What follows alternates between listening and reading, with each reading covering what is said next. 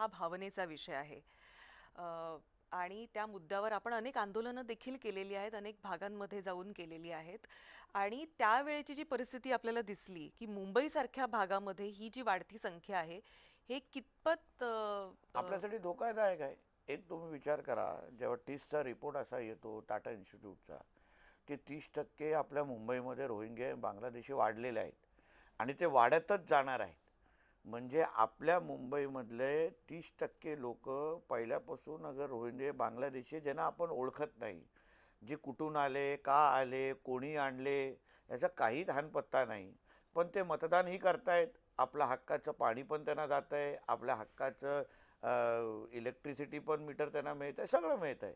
आता ह्या सगळ्या गोष्टी जोपर्यंत अगर आपण कंट्रोलमध्ये आणत नाही, ह्याच्यावर नियंत्रण आणत नाही, तर मग उद्या मुंबई महापालिकेचा बजेट आपल्याला रस्ते बनवायचे आहे, पाणी द्यायचं आहे, विकास करायचा आहे, हा कोणासाठी करायचा?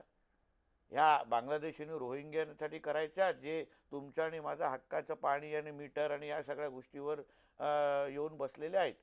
म्हणून सर्वात महत्त्वाचा मुद्दा आहे महापालिकेचा असंच आहे की एका बाजूला गेल्या 12 महिन्यापासून आमच्या देवेंद्र फडणवीस साहेबांच्या सरकारने ज्या पद्धतीने अनधिकृत बांगलादेशींनी रोहिंगे मुसलमानांवर जो काय चाप आणला आहे, त्यांना परत पाठवण्याची प्रक्रिया सुरू आहे. त्याच्यासाठी महापालिकेची सत्ता असणं गरजेचं आहे.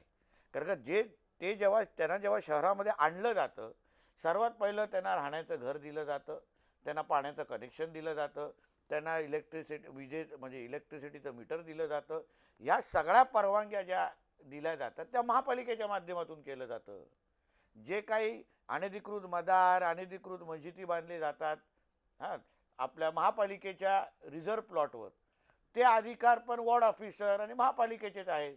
आणि म्हणून महापालिकेच्यामध्ये हिंदू समाजाचा जय श्रीराम म्हणणारा, आय लव महादेव म्हणणारा महापौर तिथे बसावा, हे पहिल्यापासून आमची भूमिका असल्यामुळे त्या दिशेने आम्ही चालतोय. बरं, एन्काउंटर याच कार्यक्रमामध्ये उभाठाचे अनिल परब हे हे देखील